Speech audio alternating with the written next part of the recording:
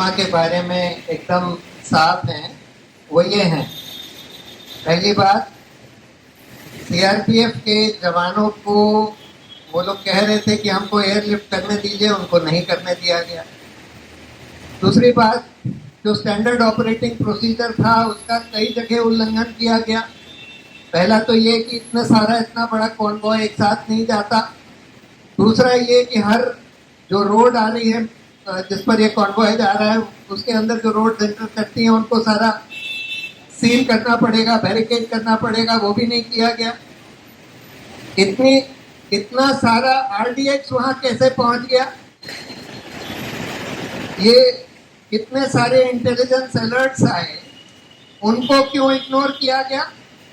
और इतने साल हो गए, अभी तक किसी की जवाबदेही नहीं तय करी गई किसी भी अफसर की। और वो जो एक इंक्वायरी, वो कहते हैं कि सरकार कहती है कि हमने ऑर्डर करी थी, किसी को नहीं पता कि उस इंक्वायरी में क्या हुआ। तो इससे एक बहुत बड़ा शक पैदा होता है, क्योंकि पुलवामा को खूब भुनाया गया चुनाव के लिए। पुलवामा और उसके बाद बालाकोट किया गया और इसको खूब भुनाया गया चुनाव के लिए। तो इसलिए ये शक पैदा होता है कि कहीं ऐसा तो नहीं है कि सरकार ने पुलवामा होने दिया, उनको पता था कि ये होने वाला है फिर भी होने दिया, जिससे उनको चुनावी लाभ मिल सके। और इससे एक और बहुत बड़ा शक पैदा होता है, क्या इस चुनाव के पहले, 24 के चुनाव के पहले भी ऐसा कुछ होने वाला है? अब हमको ये पता है कि भाई अयोध्या मंदिर का इनॉग्रेशन होना है जनवरी में, चुनाव से पहले। विश्व हिंदू परिषद बजरंग दल ने अनाउंस कर दिया है कि हम सब जगह से पूरे देश से ट्रेनें लाएंगे, बसें लाएंगे अयोध्या मंदिर पर। उसके बाद कुछ ये इंफॉर्मेशन भी आ रही है कि शायद जैश ए मोहम्मद ने या अल-कायदा ने ये अपने वेबसाइट पर बोल रखा है कि भाई हम अयोध्या के मंदिर पर अटैक करेंगे। तो एक बहुत बड़ा शक पैदा होता है कि क्या इस चुनाव से पहले भी कोई पुलवामा टाइप का या गोधरा टाइप का हादसा होने वाला है क्या? और क्या ऐसे हादसे को होने दिया जाएगा? क्या सरकार उसको रोकने के लिए, अगर ऐसा कोई अटैक अल-कायदा, जैश ए मोहम्मद कोई भी प्लान कर रहा है, तो उसको रोकने के लिए एडिक्वेट सिक्योरिटी वहां करेगी या होने देगी कि उसका हम राजनीतिक लाभ चुनाव में ले सके? तो ये बहुत बड़े सवाल हैं और इसीलिए हम लोग पुलवामा की जवाबदेही मांग रहे हैं, उसका पूरा सच मांग रहे हैं कि भाई इन सवालों का तो जवाब दीजिए कि ये कैसे हो गया और कौन उसके लिए जिम्मेदार है। ये दुर्घटना हुई मुझे दोपहर में मालूम हुआ। मैं उसमें बहुत व्यथित था, बहुत उत्प्रेरित था और मुझसे जिस चैनल ने भी मांगा, मैंने उसको कहा कि ये हमारी भूल से, हमारी गलती से हुआ। और हमारी गलती क्या थी? 4 महीने से सीआरपीएफ की रिक्वेस्ट पेंडिंग थी होम मिनिस्ट्री में जहाज देने के लिए।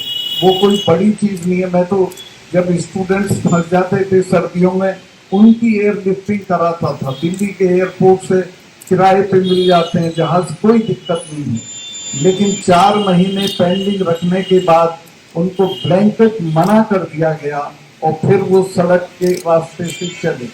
सड़क का रास्ता अनमैन्ड था, उसमें कोई उसको सैनिटाइज नहीं किया गया था, कोई उसके साथ ऐसी फोर्सेस नहीं थी जो उसकी रखवाली करती हों। और 8-10 मैं वहाँ गया हूँ, 8-10 वहाँ लिंक रोड मिलती है उस हाईवे पे, एक भी मैन नहीं थी। वहाँ जिप्सी होनी चाहिए। मैं अब जब हमारी फोर्स, मैं इसमें रूट में नहीं था, this was between CRPF and home ministry.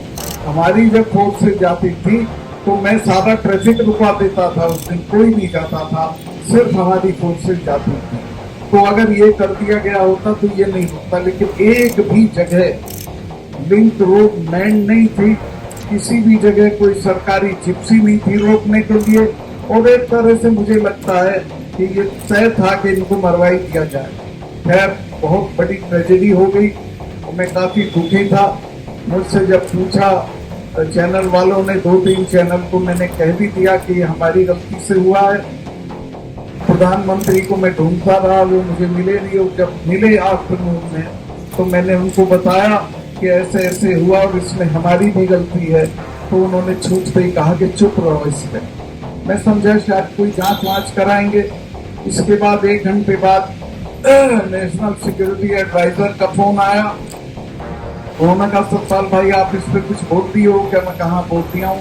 नहीं अब नहीं बोलना, आप चुप रहना। मुझे नहीं पता था कि ये अब इसको पाकिस्तान के दहलीज पे डाल देंगे और इस पे चुनाव लड़ देंगे। और वही हुआ जो मेरा डर था।